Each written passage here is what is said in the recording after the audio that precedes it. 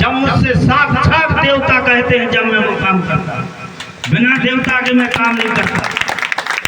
क्योंकि जब हनुमान जी महाराज की प्रेरणा हुई कि बस तुमने मेरे चरणों की सेवा की है, इसलिए मैं तुम्हें राम के चरणों से जोड़ता हूँ। और जब राम के चरणों से मैं जुड़ा तो माँ भगवती की कृपा हुई कि पुत्र मैं स्वयं तेरे घर में जाकर के विराजमान होंगी। और कल ही मैंने स्थापना की। ये कोई बनावटी फनावटी बात नहीं, न हम जानते हैं बनावटी बात।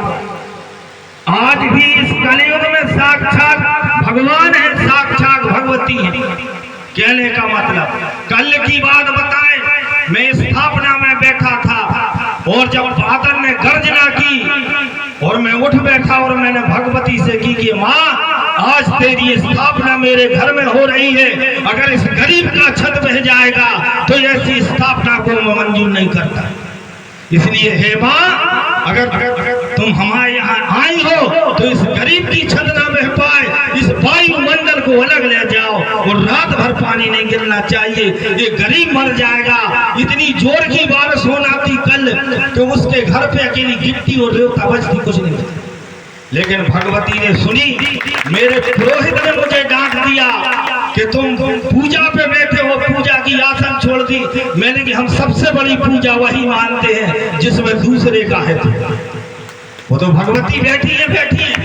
इसलिए भैया अगर भगवान से अच्छे मन से जुड़ो तो नशा मुक्त हो। अपने बच्चों को बनाओ, ये बच्चे बिगड़ जाएंगे।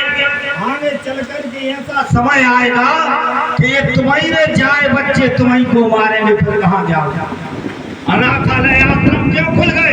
दारू और मदरा के खाने खुले कि नहीं खुले? बाप मतारी की सेवा नहीं कर रहे, इसी में लगे हो। धुंधकारी ने भी इसी नशा को किया था और अपने माता पिता को मारा था। इसलिए नशा मुक्त बनो, अपने बच्चों को सुधारो और अपने ग्राम को सुधारो, इसी में भलाई है। और सबसे बड़ी पूजा यही है, तुम सुधरो और दूसरे को सुधारो।